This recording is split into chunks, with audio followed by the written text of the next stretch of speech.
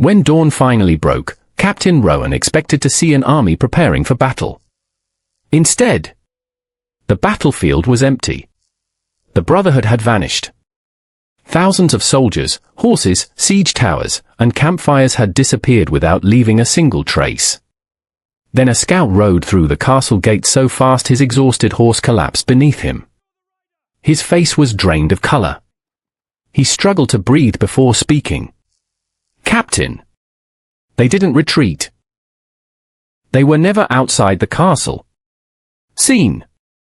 The castle gates opened cautiously.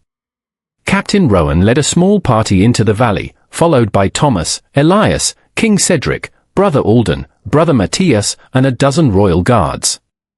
Mist drifted across the soaked battlefield while the morning sun struggled to pierce the heavy clouds.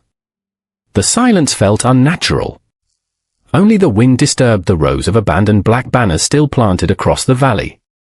Thomas scanned the empty landscape. "Where are the tents?" Elias looked around. "They're gone. So are the horses." Captain Rowan knelt beside the muddy ground and brushed away the wet earth with his gloved hand. His expression hardened. "This makes no sense." Thomas joined him. "What is it?" "There should be tracks." The rain had softened the ground overnight. If thousands of soldiers had marched away, the valley would have been scarred with deep footprints, wagon ruts, and hoof marks. Instead, the mud was almost untouched. King Cedric stared across the valley. An army can't simply disappear. Brother Alden remained silent. His eyes wandered toward the ancient cliffs surrounding Blackthorne Castle. It was as though he feared the mountain itself.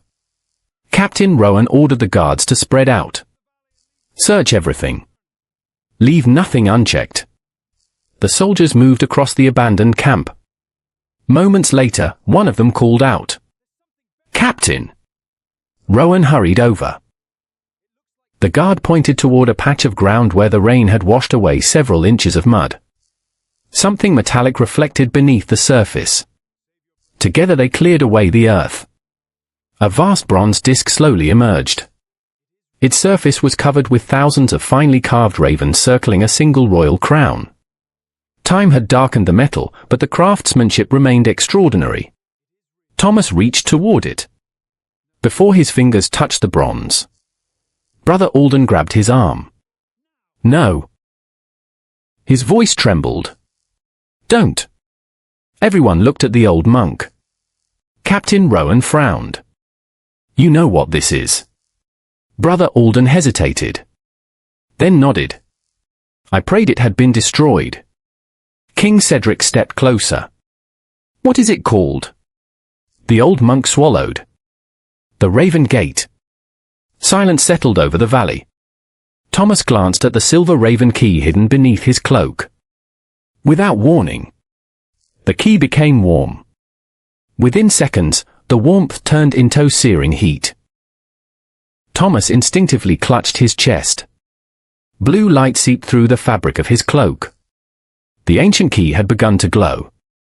At the same moment, every raven engraved upon the bronze disc shimmered with the same blue light.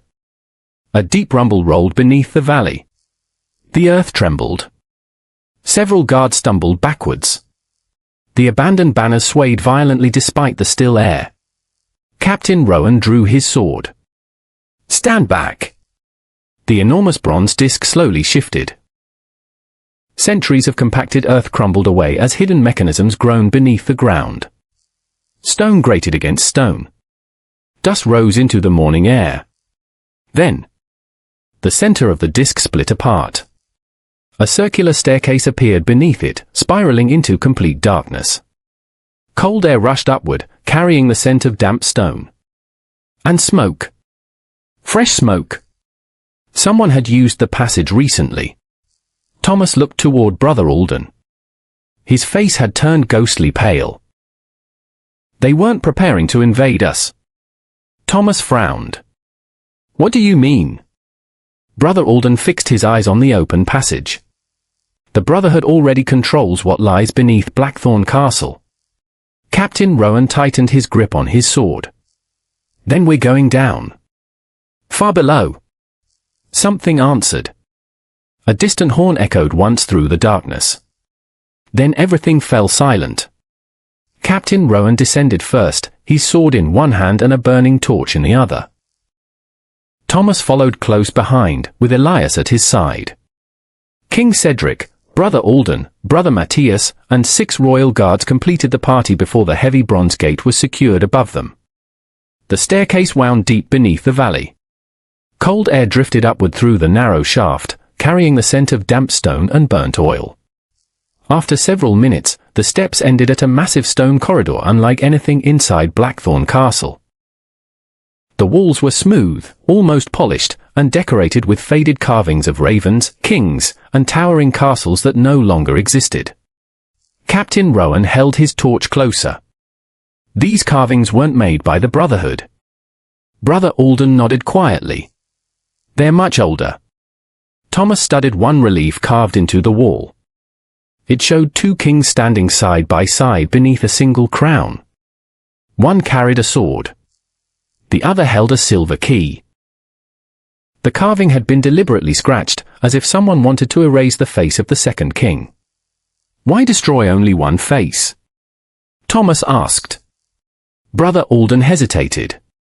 Because history is easier to control when people forget who truly belonged in it. No one spoke again.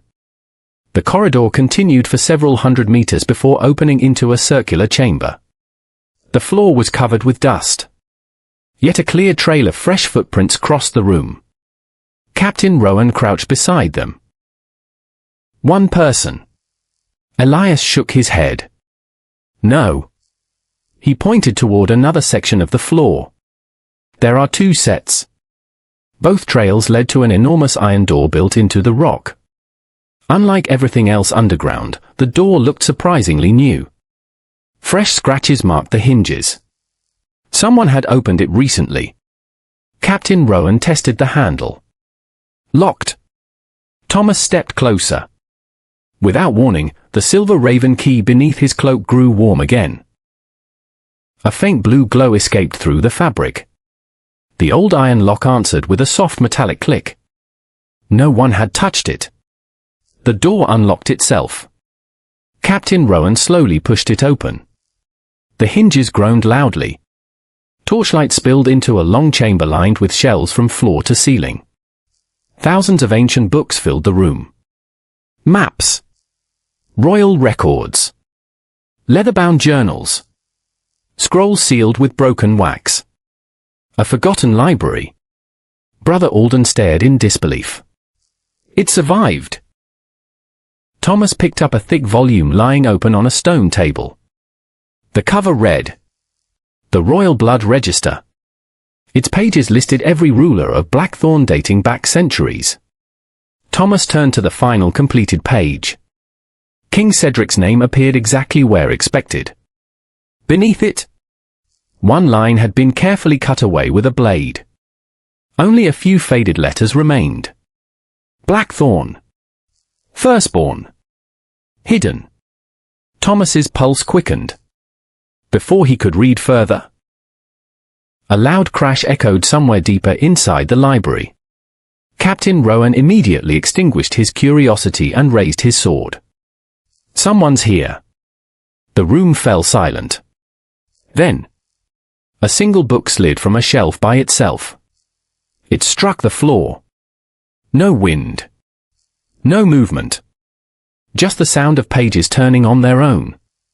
Elias slowly looked toward the darkness between the towering shelves. We're no longer alone. A calm voice answered from the shadows. I've been waiting a very long time. For the rightful heir. A lone figure emerged between the towering bookshelves. He was an elderly man dressed in a faded grey robe, his long silver hair tied behind his head. His beard reached the middle of his chest, and although age had bent his back slightly, his sharp blue eyes remained clear and alert. He carried no weapon. Only an old wooden lantern. Captain Rowan never lowered his sword. Who are you? The old man smiled faintly.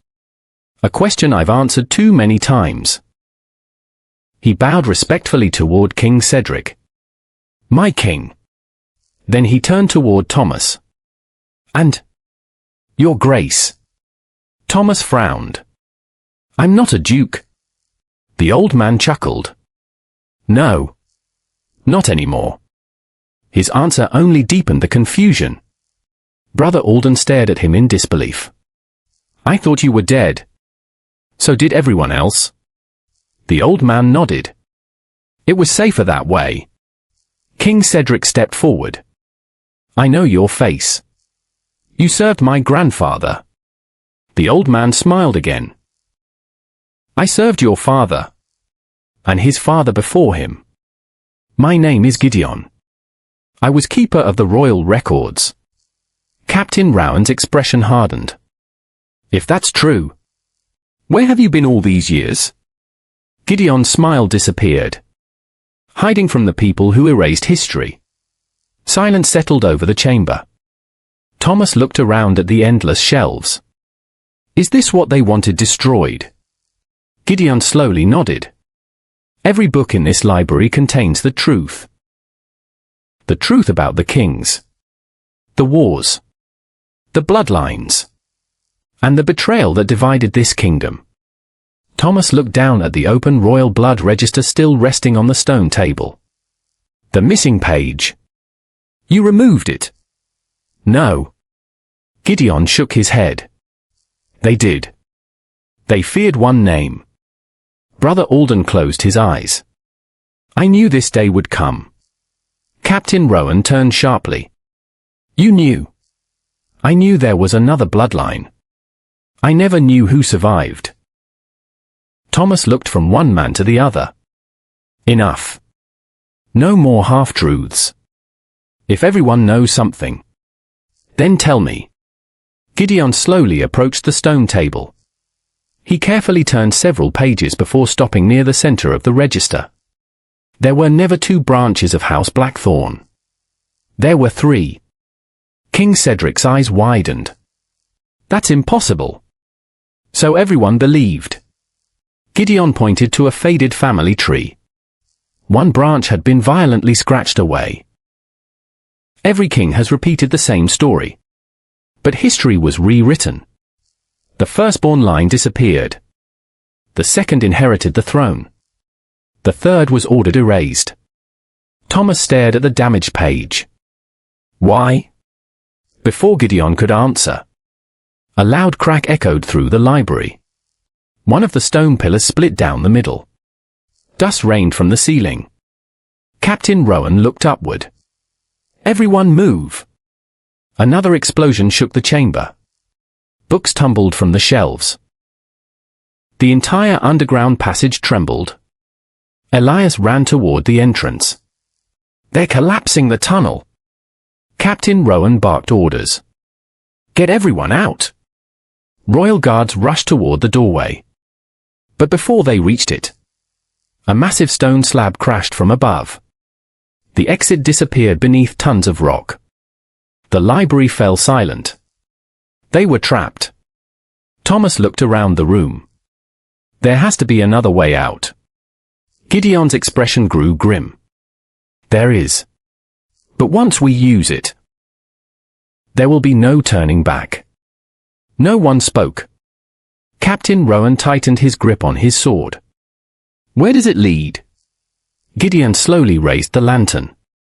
Its light revealed an ancient iron door hidden behind one of the towering bookshelves. Carved into its surface was a single symbol. A silver raven, wrapped around a crown. Brother Alden whispered. "I prayed that the door would never open again." Thomas looked at the glowing silver raven key beneath his cloak. The key had already begun pulling him toward it. The hidden library shook violently as dust drifted from the cracked ceiling. Another stone crashed behind them, sealing the collapsed passage completely. Captain Rowan glanced over his shoulder. "We're out of time."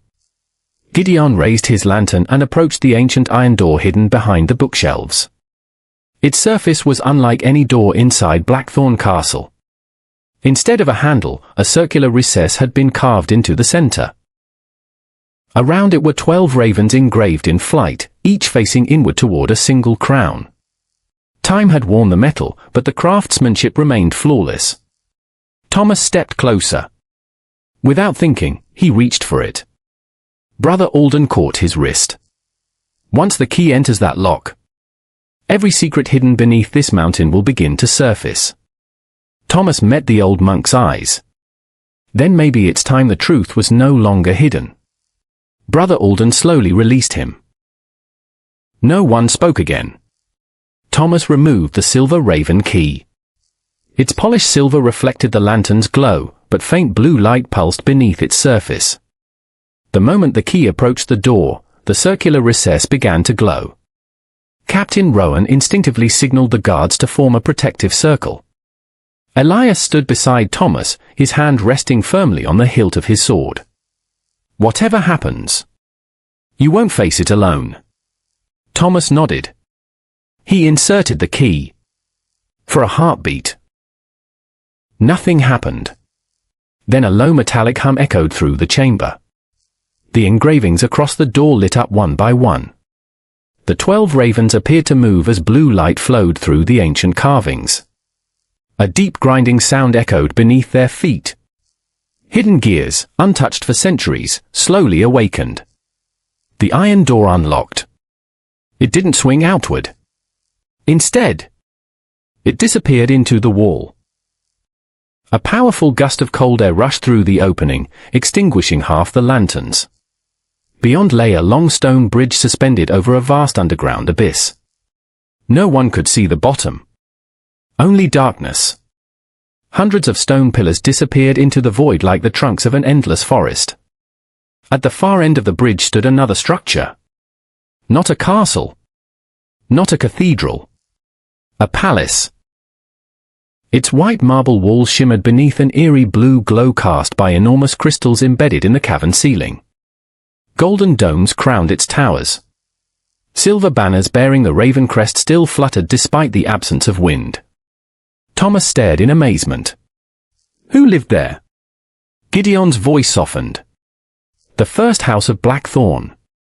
King Cedric couldn't hide his disbelief. This place should be impossible.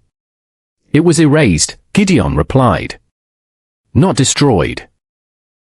Captain Rowan surveyed the bridge. No guards. No movement. Too quiet. Elias crouched near the entrance. He ran his fingers across the stone. They crossed recently. Thomas looked down. Fresh footprints. Dozens of them. They all led toward the palace. None returned. Captain Rowan raised his torch. We moved together. The group had barely stepped onto the bridge when a strange sound echoed across the abyss. Tap. Tap. Tap. Not footsteps. Applause. Slow. Deliberate. Someone was clapping in the darkness. The sound echoed from every direction. Captain Rowan stopped instantly. Who's there? The applause ceased. A calm voice answered from somewhere beyond the bridge. I've waited 20 years. To meet the boy who survived. Thomas's heartbeat quickened.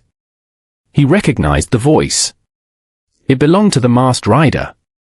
But this time, he wasn't hiding. He wanted them to follow. Captain Rowan raised his sword. No one moves. The order echoed across the bridge.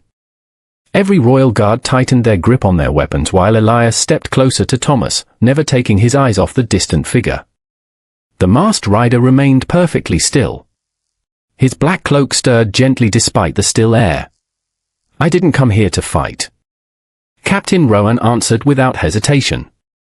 Men who arrive wearing masks rarely come in peace. The mysterious figure gave a slight nod. A fair observation. But if I wished for war, I would have ordered the Brotherhood to attack before sunrise. King Cedric narrowed his eyes. Then why surround my castle? To make sure no one else entered. The answer caught everyone off guard. Thomas frowned. No one else? The masked rider looked directly at him. This place has been hidden for centuries. The wrong people must never reach it. Captain Rowan scoffed. And we're supposed to believe you. You don't have to. The rider slowly removed a leather pouch from his belt. Without drawing a weapon, he tossed it onto the bridge. It slid across the ancient stone until it stopped near Thomas's feet. Captain Rowan lifted a hand. Don't touch it. Thomas knelt carefully. Inside the pouch lay a tarnished silver brooch engraved with the Blackthorne raven. Brother Alden's expression changed instantly. I know that crest. Gideon stepped forward.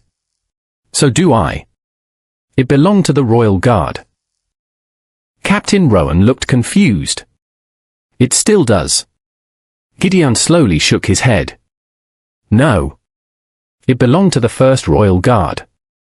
He picked up the brooch. The guard that disappeared the night King Alaric was murdered.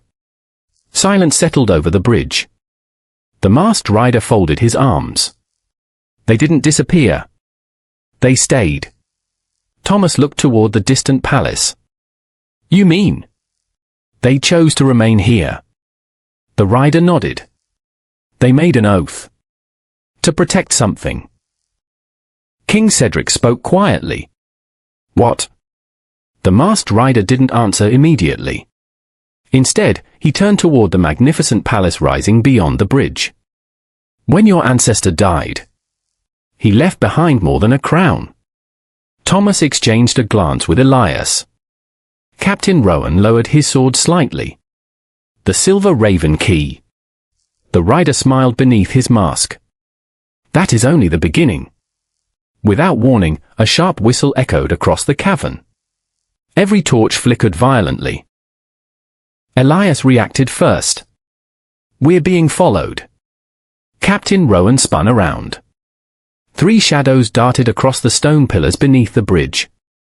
Too fast to identify. Royal guards raised their crossbows. Nothing. The shadows vanished. Then another whistle echoed. Closer. This time it came from behind them. One of the guards suddenly cried out. My lantern! The flame had gone out. Then another. And another. Within seconds, only Thomas's glowing silver raven key illuminated the bridge. A deep voice echoed through the darkness. You've already said too much. The masked rider's posture stiffened. For the first time, he sounded alarmed.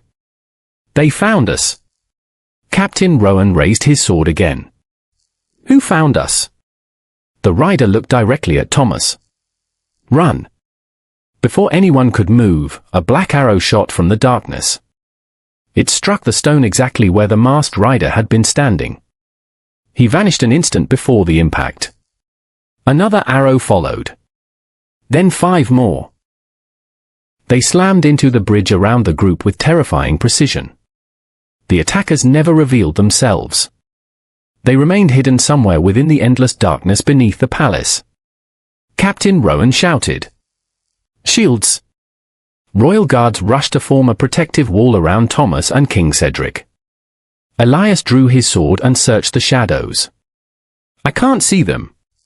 Neither could anyone else. Only the sound of bowstrings echoed through the abyss. Then, everything fell silent once more. Thomas looked toward the palace. The masked rider was gone. But resting where he had stood was a single object. A folded parchment sealed with black wax. Across the seal was pressed one unmistakable symbol. A silver raven. Thomas stood silently, studying the magnificent palace before him. White marble walls gleamed beneath shafts of sunlight filtering through openings high above the cavern. Crystal streams flowed through carefully tended gardens, while towering oak trees shaded stone walkways that looked as though they had been swept only moments earlier. Nothing here resembled a forgotten ruin. Someone had cared for this place. Captain Rowan motioned for 2 guards to scout the courtyard. Watch every corner. We still don't know who lives here. The guards disappeared among the hedges. Moments later, one returned. No enemies, Captain. But? He hesitated. There are fresh footprints. Elias examined the ground. They were small. Bare feet. Children. They've been here today, he said quietly. King Cedric looked around in disbelief. Then this kingdom never truly vanished. Brother Alden nodded. It survived by remaining invisible. As the group crossed the courtyard, Thomas noticed colourful ribbons hanging from an old oak tree. Wooden toys lay scattered beneath it. Someone laughed. The sound was brief. By the time everyone turned, the gardens were empty. Captain Rowan rested a hand on his sword. They're watching us. Gideon smiled. They're deciding whether to trust us. Blackthorne Castle. Far above the hidden kingdom, life inside Blackthorne Castle continued under a cloud of uncertainty. Servants repaired shattered windows while nobles whispered about the Brotherhood's mysterious disappearance. The annual founding festival was only days away, yet celebration had given way to suspicion. Lady Isabella Ashcombe crossed the western gallery carrying a stack of royal records for Duchess Eleanor. Wherever she walked, conversations paused. Young knights admired her from a distance. Noble sons searched for an excuse to greet her. She acknowledged none of them. Instead, she stopped beside an elderly palace archivist struggling to lift a heavy wooden chest. "Allow me." Together they carried it into the long-forgotten royal archive. Dust covered every shelf. Centuries-old scrolls filled towering bookcases. As Isabella helped place the chest on a table, one loose floorboard shifted beneath her foot. "Did you hear that?" The archivist shook his head. Curious, Isabella knelt and gently lifted the loose board. Hidden beneath it rested a narrow leather case wrapped in faded blue cloth. Its clasp bore a silver raven surrounded by a royal crown. The symbol was unfamiliar. She carefully opened the case. Inside lay a weathered parchment and an unfinished letter. The parchment showed an old map of Blackthorne Castle. One corridor had been marked with a circle. Beside it, someone had written only 5 words. The Hall of Echoes Lives. Before Isabella could examine the map further, footsteps echoed outside the archive. She quickly closed the case. The door slowly creaked open. A palace servant stepped inside. "My lady. The Duchess has been looking for you." Isabella smiled politely and slipped the leather case beneath the record she carried. "I'll come immediately." As she left the archive, neither she nor the servant noticed a dark figure watching through the stained glass window. The stranger remained hidden until the corridor was empty. Then his eye settled on the loose floorboard. He smiled. They found it. Beneath the mountain. Thomas reached the palace entrance. Before he could touch the great bronze doors, they slowly opened on their own. Warm golden light spilled into the courtyard beyond. Standing inside was an elderly woman dressed in elegant black robes. Behind her stood dozens of silent men, women, and children. She looked directly at Thomas, then bowed. "Welcome home, Prince Blackthorne." Thomas exchanged a confused glance with King Cedric. Before anyone could respond, the elderly woman's smile faded. "They know you're here." Captain Rowan stepped forward. "Who?" Her voice trembled. "The King's hunters." At that very moment, a hunting horn echoed across the hidden kingdom. The peaceful palace instantly erupted into chaos. Children ran. Doors slammed shut. Every face filled with fear. Captain Rowan drew his sword. "We're too late." Panic swept through the hidden palace. Families hurried their children indoors. Heavy wooden doors slammed shut while men extinguished lanterns and covered windows with thick cloth. Within moments, the lively courtyard had become eerily silent. Thomas watched in confusion. "Why hide?" The elderly woman answered without slowing her pace. "Because if they see you, they'll never stop hunting." Captain Rowan motioned for the guards to form a defensive ring around Thomas and King Cedric. "No one leaves this formation." An elderly man carrying a long spear approached at a hurried pace. "My lady Eloan," he said, bowing. "The eastern watchtower has fallen." A hush spread through the courtyard. Captain Rowan frowned. "There are watchtowers down here." Lady Eloan nodded. "This kingdom has survived for centuries because we always knew when danger was coming." She paused. "Today, they came without warning." Brother Alden's expression darkened. "Someone betrayed us." No one spoke. The possibility settled over the group like a shadow. Gideon broke the silence. The hunters couldn't have found the Raven Gate on their own. King Cedric slowly turned. "Then someone above the mountain is working with them." Thomas felt the weight of the silver Raven key beneath his cloak. The letter. The warning. The greatest enemy does not march with the Brotherhood. He rules from within the palace itself. For the first time, those words felt terrifyingly real. Suddenly, a bell rang. Every face in the courtyard turned toward the palace tower. Lady Eloan whispered. "The inner bell." Captain Rowan tightened his grip on his sword. "What does it mean?" It has only rung when a Blackthorne was in danger.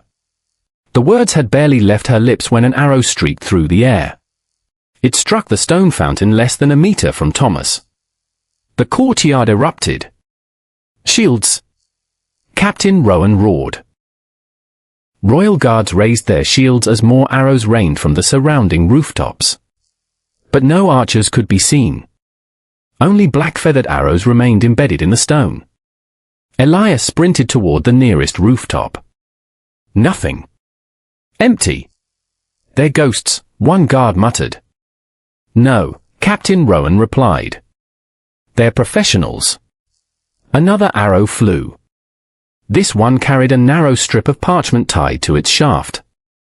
It landed directly at Thomas's feet. Captain Rowan carefully picked it up. There were only 6 words written in dark ink. "We know who carries the key." Silence. Thomas instinctively reached beneath his cloak. The silver Raven key was still there. But how had they known? Before anyone could answer, a young messenger came running from the palace. He was no older than 15. "My lady!" He was breathless. The Hall of Echoes. "They've opened it." Brother Alden froze. "No. That's impossible." The keys were separated. The messenger shook his head. "They didn't use a key. They used—" He stopped suddenly. His eyes widened. Blood spread across the front of his tunic. An arrow protruded from his back. He collapsed before anyone could catch him. Captain Rowan spun toward the palace roof. For the briefest moment, a lone figure stood silhouetted against the cavern light. Dressed in black. A silver half-mask concealed the upper half of his face. Thomas narrowed his eyes. It wasn't the masked rider. This man was taller, broader, and he carried a long black bow. Without a word, the stranger turned and disappeared across the rooftops. Captain Rowan shouted, "After him!" Elias and several guards gave chase. They reached the rooftop within seconds. It was empty. The assassin had vanished. Only one thing remained behind. A black feather pinned to the stone by a dagger.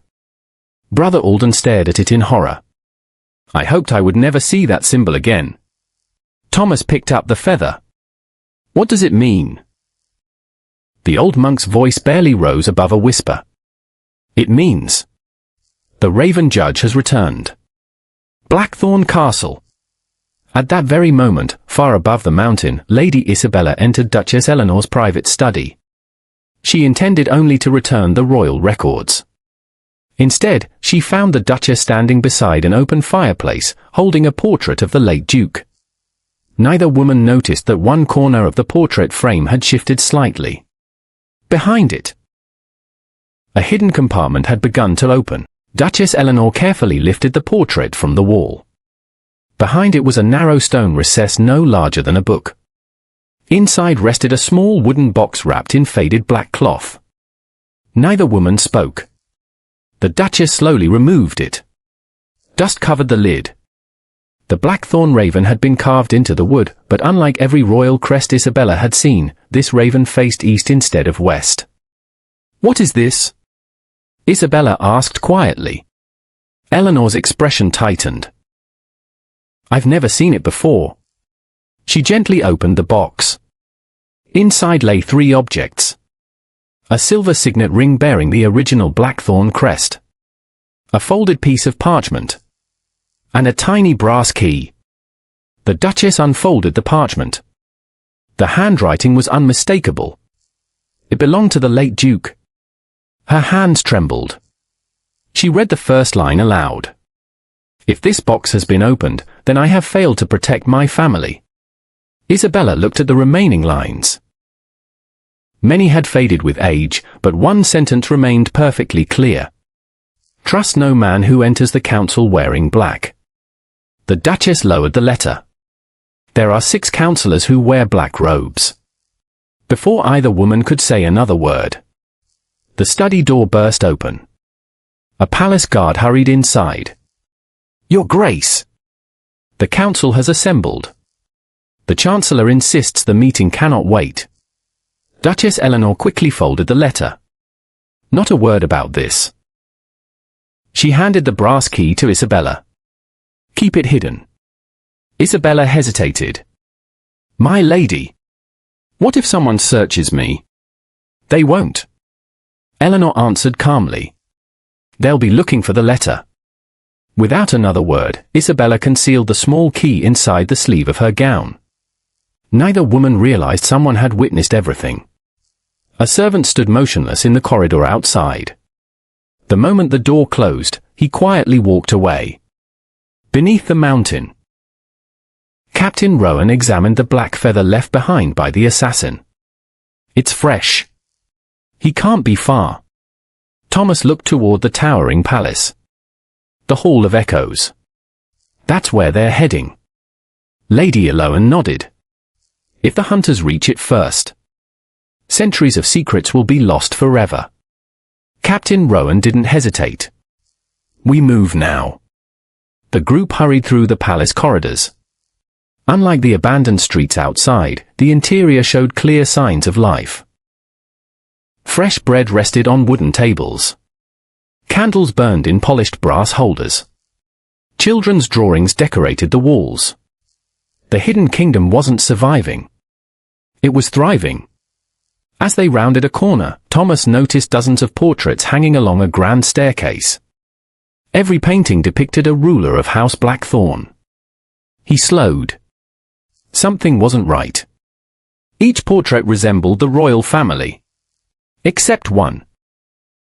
Near the end of the gallery hung the portrait of a young king no older than 25. His face was almost identical to Thomas's. The same steel blue eyes. The same dark hair.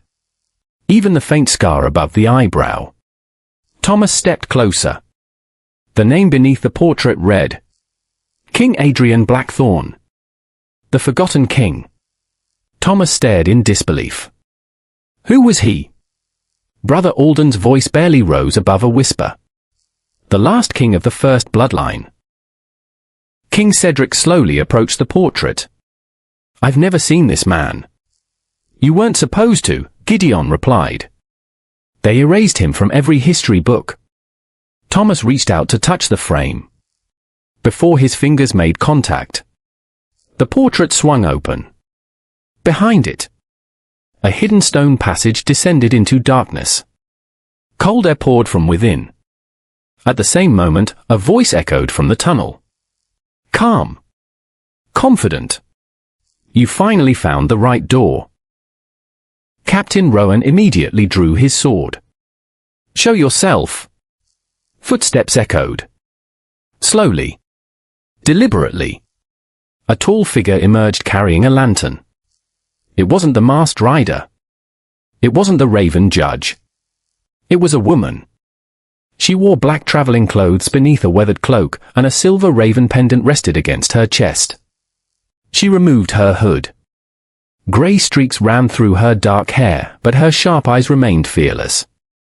She looked directly at Thomas, then smiled. "I knew your father." Silence swept through the gallery. Thomas's heart pounded. "My father died." The woman slowly shook her head.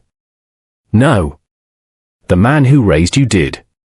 The lantern in the woman's hand cast long shadows across the ancient corridor.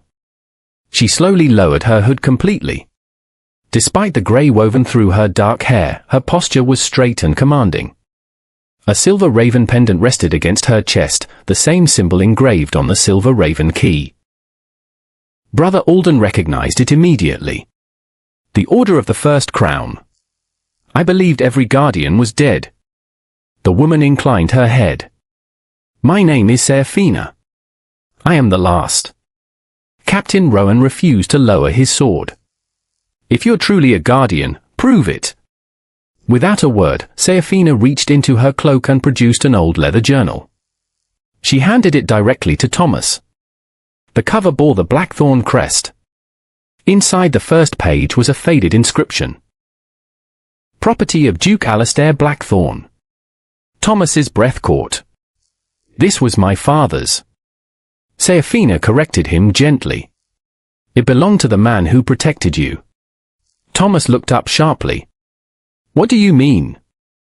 Before she could answer, a deep rumble shook the palace. Dust drifted from the ceiling. Lady Eloan rushed into the corridor. "The western gate has fallen." Captain Rowan turned instantly. "How?" "The hunters brought explosives. The outer defenses won't hold much longer." Seraphina looked at Thomas. "They're not here for the kingdom. They're here for you." Thomas clenched the journal. "Then tell me why." Seraphina took a slow breath. "Because 17 years ago, someone stole the rightful heir." Silence filled the passage. King Cedric stared at her. "Who?" She looked directly at him. "Someone inside this family." Before anyone could react, a royal guard came running around the corner. "Captain! We've captured one of them." Captain Rowan hurried into the courtyard. The others followed. Two guards dragged a wounded hunter forward. His face was concealed beneath a black iron mask. His wrists were bound. Captain Rowan stopped before him. "Remove the mask." One guard reached forward. The iron mask fell to the ground. King Cedric staggered backwards. "No. It can't be." Thomas looked at the prisoner's face. The hunter looked almost identical to Captain Rowan. The same dark hair. The same scar across the left cheek. Even the same grey eyes. Captain Rowan whispered, "Brother." The prisoner's lips curled into a smile. "You finally recognized me." Shock spread through the courtyard. Captain Rowan had never spoken of a brother. Not once. The prisoner laughed. "They told you I died. They lied." Captain Rowan could barely speak. "Marcus." Marcus Rowan looked toward Thomas. "I wasn't hunting him. I was trying to reach him before the others." Captain Rowan's expression hardened. "You're one of the hunters." Marcus slowly shook his head. "No. I'm hiding among them." Before another word could be spoken, an arrow burst through the courtyard. It pierced Marcus's chest. The force threw him backwards. Captain Rowan caught his brother before he struck the ground. Marcus coughed blood. With his final strength, he grabbed Thomas's cloak. "They're already inside." His hand fell away. The light left his eyes. Captain Rowan remained kneeling in silence. His sword slipped from his grasp. For the first time in decades, the fearless captain looked broken. Blackthorne Castle. Lady Isabella reached her chambers and quietly locked the door. She removed the tiny brass key from her sleeve. Something about it felt strangely familiar. Her eyes drifted to the old map hidden inside the leather case. One symbol on the map matched the shape of the key exactly. She held the key above the drawing. It fit perfectly. The marked location was not beneath the castle. It was inside the royal chapel. Before Isabella could think further, someone knocked softly. 3 slow knocks. A pattern. She remained silent. The knocking came again. A man's voice followed. "My lady, I have a message from the Duke." Isabella's heartbeat stopped. The Duke had been dead for days. So, who had sent the message? Captain Rowan remained cautious. "No one goes anywhere until we know who you are." The woman calmly placed her lantern on the stone floor. "My name is Serafina. I was sworn to protect the first bloodline. For 23 years, I have guarded what your enemies have searched for." Brother Alden lowered his head. "I believed every guardian had fallen." "So did they," Serafina replied. "That mistake has kept me alive." Without another word, she led them through the hidden passage. The corridor descended beneath the palace before opening into a circular chamber unlike any they had seen before. The walls were carved entirely from polished white stone. At the center stood a crystal pedestal. Resting upon it was an ancient crown of silver and black steel. No jewels. No gold. Only 12 ravens carved around its rim. King Cedric stared in silence. The crown of the First Kingdom. It still exists. Serafina nodded. It has waited for the rightful heir. Thomas stepped closer. The silver raven key beneath his cloak began to glow. So did the crown. A low vibration spread through the chamber. Ancient symbols appeared across the floor, forming a great circle around the pedestal. Captain Rowan instinctively pulled Thomas back. "Don't touch it." Before anyone could move, a thunderous explosion shook the chamber. The entrance behind them collapsed. Dust filled the air. From the smoke emerged 12 figures dressed in black armor.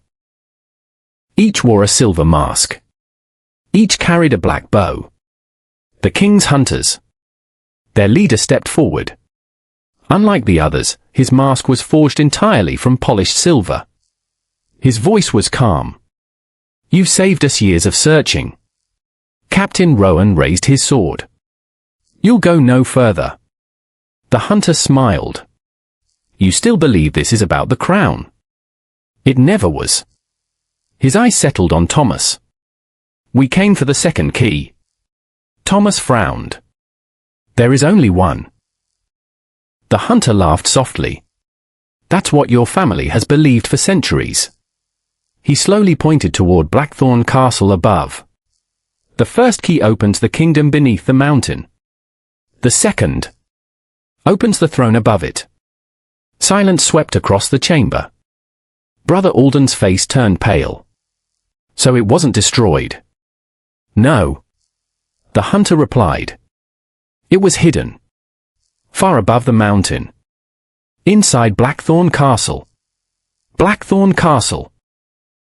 Lady Isabella hurried into her chambers and locked the door. She placed the brass key on her desk beside the old map. This time she noticed something she had missed before. The key wasn't made of brass at all. Beneath years of tarnish, silver gleamed through. She carefully rubbed away more of the dark coating. A raven slowly appeared on its handle. Her heart raced. It matched the silver raven crest exactly. Before she could think another thought, the fireplace behind her rumbled.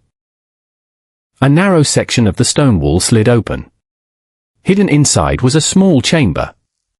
On a velvet cushion rested an identical journal to the one Thomas now carried beneath the mountain. Its cover bore a single inscription. Volume 2. Isabella stared in disbelief. "If there's a second journal," she whispered. "Where is the first?" At that exact moment, far beneath the mountain, Thomas tightened his grip on the Duke's journal. Across its cover, barely visible beneath the dust, were two faded words he had somehow overlooked. Volume I. Thomas and Isabella had unknowingly uncovered two halves of the same secret. Neither knew the other existed. The silver-masked hunter slowly removed one glove. On his right hand, he wore the Duke's signet ring. Thomas stared at it. "That's impossible." The hunter smiled. "Is it?" He slowly removed his mask. Captain Rowan's eyes widened. King Cedric stepped backwards. Brother Alden closed his eyes in despair. Thomas could barely breathe.